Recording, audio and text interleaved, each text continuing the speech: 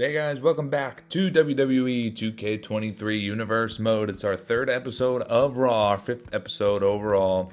And tonight's show, we're going to find out some more confirmed matches for Night of Champions. So stay tuned throughout the night as we're going to confirm a couple matches. And we're going to find out very first who's going to be in the final for our Intercontinental Championship tournament. Quick reminder, if you've missed the previous episodes, it will be Solo versus Santos in the semifinals today, and on the other side it'll be Karrion Kross versus Austin Theory. That'll be next week. So today we'll find out who goes to the Night of Champions PLE with a shot for the Intercontinental Championship. We also got Drew McIntyre back in action after his loss last week. He versus Kofi Kingston this week. Gigi Dolan and JC Jane versus Katana Chance and Caden Carter. We got the Judgment Day, JD McDonough and Dom Mysterio versus Veer and Jinder. Judgment Day picked up a win last week, so if they can do the same this week, that'll do them a lot of good into going for those Raw Tag Team Championships. We got number one contenders match for our Raw Women's Championship. Charlotte Flair squares off against Rhea Ripley, winner versus Bianca Belair. And of course, our main event, Damian Priest versus Seth Rollins. A winner gets his name in that fatal four-way match in a couple weeks' time, as we already got Roman Reigns and Randy Orton through to the fatal four-way, and either Damian Priest or Seth Rollins will join them. We will find that out tonight. All right, let's go for our first match here, as we do have the semi-finals for our Intercontinental Championship tournament. Santos, so far, he beat Veer to get in the semi-finals, and Solo picked up a win in the first round against Jinder Mahal. So both the Indian team of Jinder Mahal and Veer were lost in the first round of these two, and they're teaming up tonight versus Judgment Day. So Santos, this will be his first action in video we get to see of him, and he's in the semis, so he's looking to make a name for himself right away on this universe mode. If he can get into that championship match, and if he can win the championship, that'll go a long way. I see Santos as an up-and-coming star. Same thing with Solo, though. He's scary with that Samoan spike. He's another guy who I could definitely see holding the Intercontinental Championship. Probably more than once, too. He looks like he's built for multi-time champion. So we'll see where his path goes in this universe mode, but I would not be surprised to see him win the Intercontinental Championship at Night of Champions, see him win the Raw Championship in the near future. Got a good roster here on Raw. Just in general, I like the roster. You know, in real life, they don't give a lot of guys the pushes. You know, Roman Reigns been champion for almost 4 years. You know, I like Seth Rollins, but he's hurt. Would like to see someone new get a title shot. But in this universe mode, I can promise you there will be plenty of people getting title shots. They just have to win it. So we'll see what happens as Santos Escobar starting off strong with German suplexes and then going into normal suplex up top. So we'll see who wins this one, but I think the winner of this one may be considered the favorite, regardless of who wins, as Santos gets Solo in a Boston Crab. But I think the winner, if I had to put money on it, I would say the winner of this should be the favorite for the final. No matter if Karrion Kross wins or Austin Theory wins, I probably like either of these two guys here. It should be a good match to start off this episode of Raw. Hope you guys are enjoying the universe mode so far. Solo going for a cover. That's 1, 2, but a kick out at 2. So not the greatest of moves from Solo, but already a 2 count to start this match off. You never know what's going to go on in these matches. Sometimes not a lot of moves turn into a 2 count, and there's a cover from Santos, and that's going to be a 2 count as well. You just never know when you can't see the HUD, you know, and just you don't know if they're going to kick out at 2. I like the suspense, so we'll see. As taunting in the corner from Santos Escobar and a clothesline from Solo. We talked about that in the last episode. Guys just love to taunt in this universe, and they love to get the crowd behind them, but it ends up costing a lot of them. You know, don't taunt unless your opponent's actually down on the ground. A lot of them just taunt. And last episode on SmackDown, we saw Rey Mysterio taunting while there was tags going on in that 6-man tag team match. And here taunts now while the guy's just right next to them. So it doesn't make a lot of sense, but it is what it is. As this match is headed to the outside. So Solo has the upper hand now in the middle of this match. Looked like it was Santos early on, but all the momentum has shifted to Solo. It's been all Solo here on the outside. And there's Santos Escobar getting some moves back in there. So we shall see what goes on here. Nice knee to the head of Solo. And he's telling him to get up. He's full of energy now, Santos.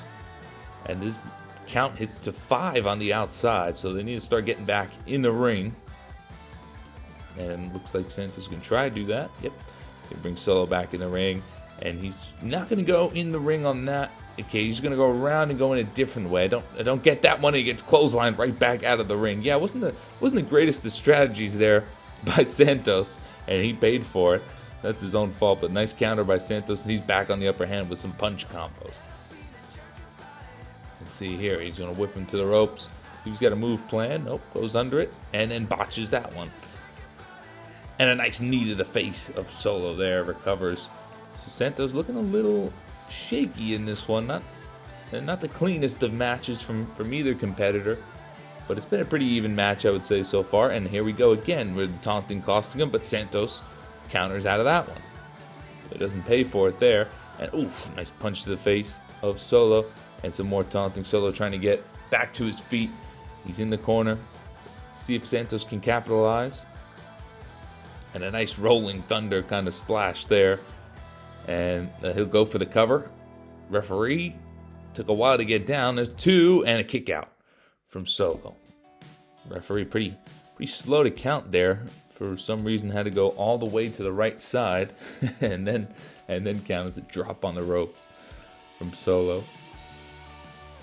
So in this universe mode, if you haven't been watching, or if you knew the series or you just missed it, in terms of the tribal family, whatever they're called, the name's escaping me right now for whatever reason. But Roman Reigns does not have the Usos on Raw. He has them. The Usos are on SmackDown, and they're still a team in this universe, at least for now. We'll see if that changes. I'm not spoiling anything, but it could not. But the Usos are a team over there on SmackDown. Solo is friendly with Roman Reigns, but he's not allowed to interfere. Adam Pearce is not going to let that happen here on Raw, at least as far as we know. Roman Reigns is pretty much on his own. If he wins, it's because he's going to win on his own, fair and square. No Paul Heyman, no Solo, no Usos, none of that. And a nice slam from Solo in the cover 1, but a quick kick out from Santos there. So good to see Santos with the momentum and energy to kick right out of that one at 1. He's been having a good match so far. And a headbutt there from Solo. He's gearing up for that Samoan spike eventually. It's going to come. And an arm drag and a leg drop on that arm. On the left arm of Santos. This match really has been pretty even, honestly. Could go either way. Wouldn't be surprised one way or the other. At least not right now. We've seen a couple matches that were one-sided. Solo's going to the top. And Santos on the outside. He's telling Santos to get up. What's he got planned? And oh, what a diving forearm from Solo from the top rope all the way to the outside. What a move from Solo. And can he capitalize on this momentum? He needs to bring Santos back in the ring. Let's see if he can capitalize on this momentum. And throw him onto the announce table. And then throws him onto the side. Santos down as Solo just trying to restart this count, I think. Yep, he'll go right back outside to restart that count. As he wants to keep doing the damage on Santos Escobar. As it's been all Solo these last few minutes. Oh, nice. Belly to belly. Well, not a suplex, but beautiful move from Solo as he's throwing him and missed the steps just by an inch. And finally, Santos back to his feet as he can get back inside the ring. And Solo going for a takedown spear.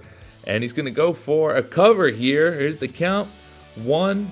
But Santos grabs the ropes. The referee sees that and stops the count. So just a count of 1 from Solo. But Solo now still on the attack. It's still all Solo. Nice elbow drop to the knee. And he's going to bring Santos up. And Santos counters and dodges that. Santos was going for something, but Solo counters and knocks him out of the ring yet again. For the fourth time this match, Solo and Santos are out of the ring. So they need to get back, and they're going to come back in again. A lot of outside the ring action in this match. But Solo brings him in, and let's see if he can capitalize now. And here we go. He's looking for Samoan Spike. He's got it. Samoan Spike. The cover. 1. Oh, Santos has the ropes. Oh, he's still counting. 2, 3. It's over. Oh, my goodness. The referee did not see that Santos Escobar grabbed the rope, and Santos got screwed out of this match as Solo picks up a win. Not to say that he didn't deserve it, but Santos clearly had his left hand all the way around the rope. The referee was right there. She just didn't see it. Santos Escobar gets screwed, and Solo is going to the final. He'll verse either Karrion Kross or Austin Theory for the Intercontinental Championship.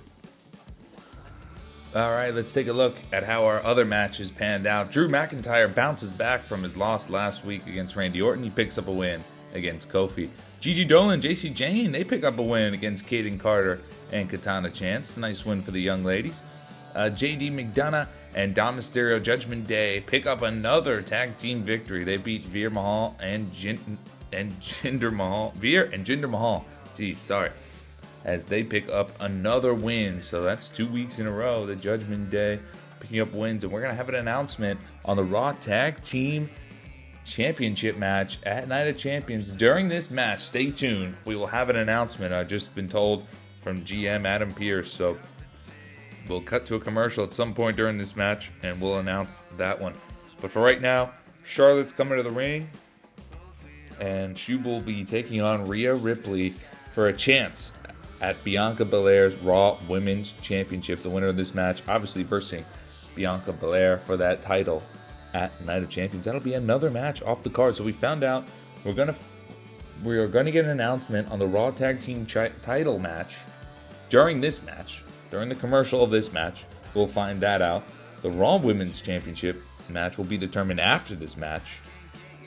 So that's 2 matches right there out of the 4 from Raw. The other one, obviously, will be the Fatal 4-Way for the Raw Championship, which we'll find out our 3rd contender at the end of this episode. And the 4th match will be the Intercontinental Championship match, when we already found out one half of that match is going to be Solo with his win earlier tonight, even though poor Santos clearly had his hand on the bottom rope and was screwed out of having a chance, really, at that match. So we'll see what happens next week, or in the weeks to come, if Santos can get any kind of retribution for the damages, you could say, on that loss. So we'll see. But Charlotte Flair starting off the match strong, the handstand and the knees to the gut, and a quick kick out from Rhea Ripley at 1. Yeah, entertaining match so far. The Intercontinental Championship tournament has been fun to follow. It'll finally come to its end next week when we find out who well, not its end, but we'll find out who the other finalist is, who will take on Solo. And I cannot wait for the Night of Champions PLE. I wish we could fast forward to it, but we got to figure things out in the meantime. So here we are. On the next few episodes of Raw and SmackDown, don't be surprised if there's only 2 matches being shown. That might happen as we go along, as we have more matches settled. Might just do 2 quick ones so we can knock those out and maybe get to the Night of Champions PLE a little bit faster.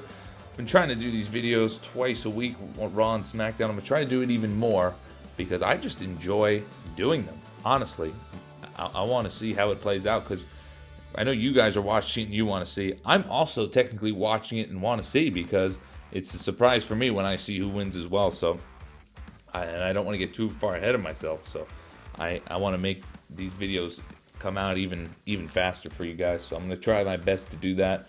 And if you're following the Mets franchise and the Universe mode, definitely trying to get videos out as fast as I can for both. So I hope you guys enjoy that one. As Charlotte Flair all on the attack to start this match early on, as she is definitely looking like she's going to be the number 1 contender. But the taunting is going to get her in trouble as Rhea Ripley takes control and has a whip into the corner, and she can't capitalize on that as well. And it's back to Charlotte Flair going for a nice bridge here, suplex to cover one, but a quick kick out. And here we go. We will cut to a commercial break to announce our Raw Tag Team Championship match at Night of Champions. It's going to be a triple threat tag team match. The Creed brothers, Los Lotharios, and JD McDonough and Dominic Mysterio of the Judgment Day. So, triple threat tag team match. Who will win the Raw Tag Team Championships at Night of Champions? The reason why Adam Pearce said it's going to be a triple threat is because, well, all three of those tag teams have won a match. The Creed brothers, they beat the Street Profits in week 1, but they lost to Los Lotharios. So you can't have the Creed brothers and not Los Lotharios in. And so Angel and Humberto are in there as well because they picked up a win. However, the following week on Raw, the Judgment Day, they just won today. Obviously, they beat Jinder and Veer, but they also beat the New Day, so they beat 2 prominent tag teams. And they're going to be going to the Night of Champions PLE as well. And it's a figure 8 from Charlotte. The figure 8 is locked in, and Rhea Ripley might tap here. She's not looking good. The figure 8's been locked in for a while. That's usually not a good sign. Can Charlotte make Rhea Ripley tap? Ripley's still going, but no, she's going to finally get out of it. But that was a long figure 8 hold. And who knows the damage done after that figure 8 hold. The damage on that leg and the stamina in general, Rhea Ripley lost from that one. That might be big, as Rhea Ripley on the attack finally. And Ripley finally feeling some momentum. She's been kind of getting dominated this match. There's been a lot of Charlotte Flair. I know I've been talking over the match with some other news, but for the most part, it's been mostly all Charlotte Flair. As she gets back in the ring and she tries to go back on the attack. And they run into each other again. And another whip. Let's see if they can not run into each other this time. Nope, they run into each other a third time for this match. And Rhea Ripley, double hand choke slam right there. Beautiful move from Rhea Ripley. And let's see if Ripley's going to capitalize. She's going to go for a cover. 1, 2, but a kick out at 2 from Charlotte. So Rhea Ripley feeling the momentum now after being pretty much dominated by Charlotte for the most part in this match. It's been all Rhea Ripley these last few minutes. And let's see, kick to the midsection. I think we're going for a Riptide. Riptide, the cover. This might be it. 1, 2, and no, kick out. Charlotte kicks out of the Riptide at 2, and this match continues. I thought that would have been it. Rhea Ripley thought so too. She's now going to the top rope for an elbow drop to the back of Charlotte. And Ripley feeling herself now. She thought this match should have been over with that Riptide. Maybe she's trying to gear up for another one as she's really getting the crowd involved. At least it's when Charlotte's down and out for the count. And here she goes. She's going for another Riptide, I think. Yep, I think this is it. Here we go. She lands this. It should be over. Riptide, and that should do it. 1, 2, and no, kick out. Charlotte kicks out again. She kicked out of a second Riptide. Rhea Ripley cannot believe it. She doesn't know what to do anymore. She's looking at the crowd for answers. She's yelling at Charlotte saying, how the hell did you kick out of that a second time? And we'll see Charlotte insecurity. And finally Charlotte hopefully getting some momentum back. As it chops to Rhea Ripley, and a nice chop block there gets Rhea down to the mat. So, wow, Charlotte Flair kicks out of 2 Riptides this match. My goodness. But if Rhea Ripley lands another one, Charlotte Flair is definitely done. There's no way you kick out of a third one. Just surprised she was able to kick out of 1. Rhea Ripley did get out of the figure 8, and Charlotte kicking out of 2 Riptides has been a great match so far from both of these competitors. They both want that shot at Bianca Belair. They lost, remember, these two were involved in a triple threat match for the Raw Women's Championship, which obviously Bianca Belair won. So they both felt like they deserved a shot at the title, and that's why Adam Pearce made this number 1 contenders match. You see, they ran into each other on another Irish whip, so I don't know. The game's got to fix that, but it's okay. And back and forth we go in this match now. You know the person who lands the next big move is going to win this thing. And oh, Charlotte Flair, natural selection. And this might be it. That's that big move we were just talking about. 1, 2, 3. It is it. Charlotte Flair picks up the win. She definitely earned every bit of that, kicking out of those 2 riptides. And the natural selection finishes off Rhea Ripley. Charlotte Flair's going to the Night of Champions PLE. She'll versus Bianca Belair for the Raw Women's Championship. Another match settled as Charlotte deservingly picks up the win. Who do you guys think will win? Bianca will retain, or Charlotte becomes a new Raw Women's Champion?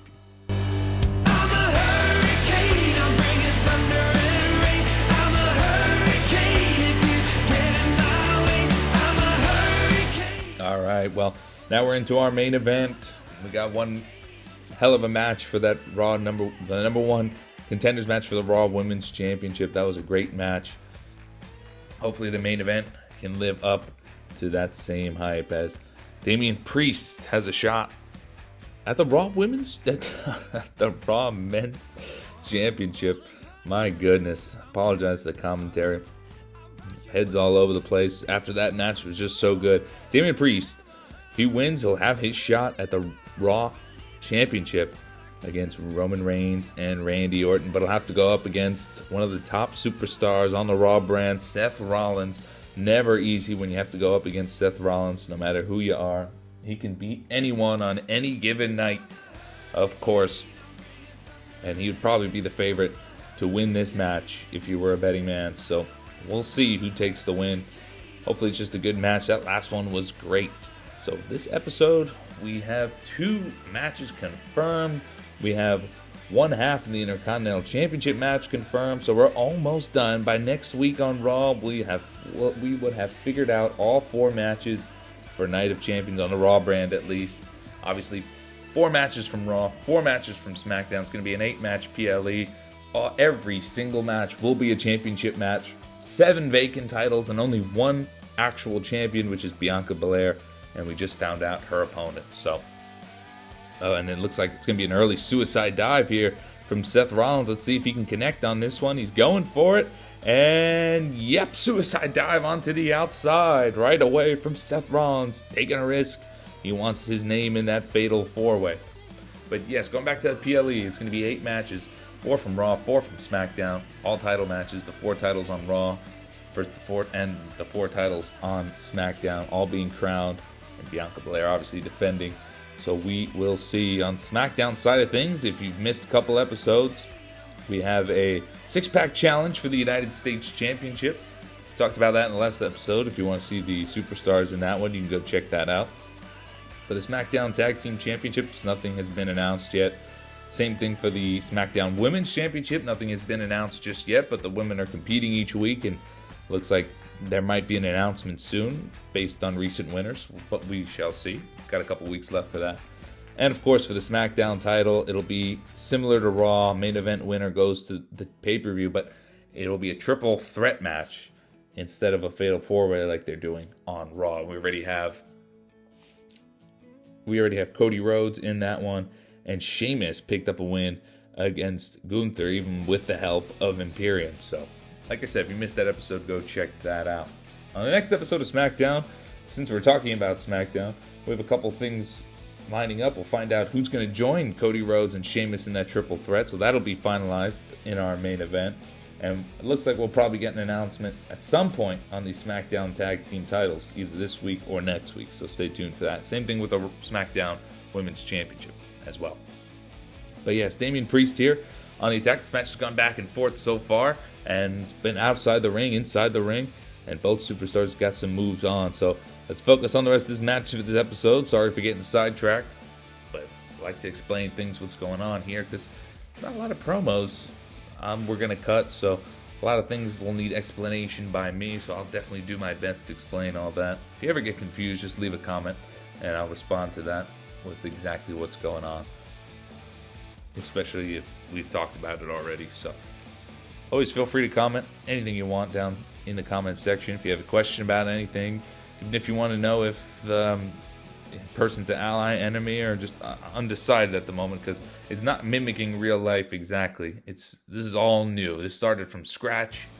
That's why all the championships were vacant to start this universe mode, and this will carry over hopefully into WWE 2K24 and many more to come. We'll see how this series goes.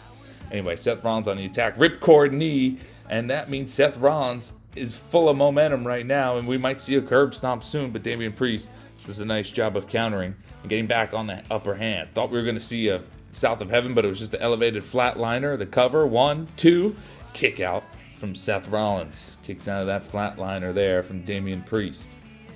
And Priest, oh, wait a minute. Here we go. South of Heaven. Yes, it hits. He hits the South of Heaven. Seth Rollins, can he kick out? 1, 2, no. Yeah, he kicks out. Seth Rollins kicks out of the South of Heaven, and this match continues. But Damian Priest looks like he's on the upper hand. If he can land one more of those, that should do it. He's so close. Judgment Day faction. So far, no luck. Finn Balor lost in week 1. A nice knee there from Seth Rollins. Finn Balor lost in week 1 to Roman Reigns, so his name's not in the Fatal 4-Way. The Rhea Ripley just lost in the Raw Women's #1 Contenders match, so she won't be in the title match. And if Damian Priest's not in there, he won't be either. Cover from Seth Rollins, 1, and a kick out from Damian Priest. Good news is, the kids, JD McDonough and Dominic Mysterio, they're in the Raw Tag Team match at Night of Champions that was just announced earlier tonight. So at least they'll be in the running for some gold. So possibly them. And they've been hot too. They won against, like we said, against the New Day and now against Jinder Mahal and Veer Mahan. So they've been pretty good. Seth Rollins now all the momentum. Let's see if he can get his big move going. Whipped into the corner. And a running nice forearm. Oh, wait a minute. What's this? Off the turnbuckle. Curb stomp off the middle turnbuckle. Damian Priest driven to the mat. 2, 3. It's over. Seth Rollins. What a match that was. That could have gone either way at the end there. But Seth Rollins does a curb stomp off the middle rope to put his name into the Fatal 4-Way match. Seth Rollins is going to the Night of Champions PLE for the Raw Championship. He'll verse Roman Reigns and Randy Orton, and one more person who we'll find out next week. Stay tuned for that. We'll be back with an episode of SmackDown coming up next. I hope you guys enjoyed. If you did, please don't forget to leave a like. I'll see you guys in the next one.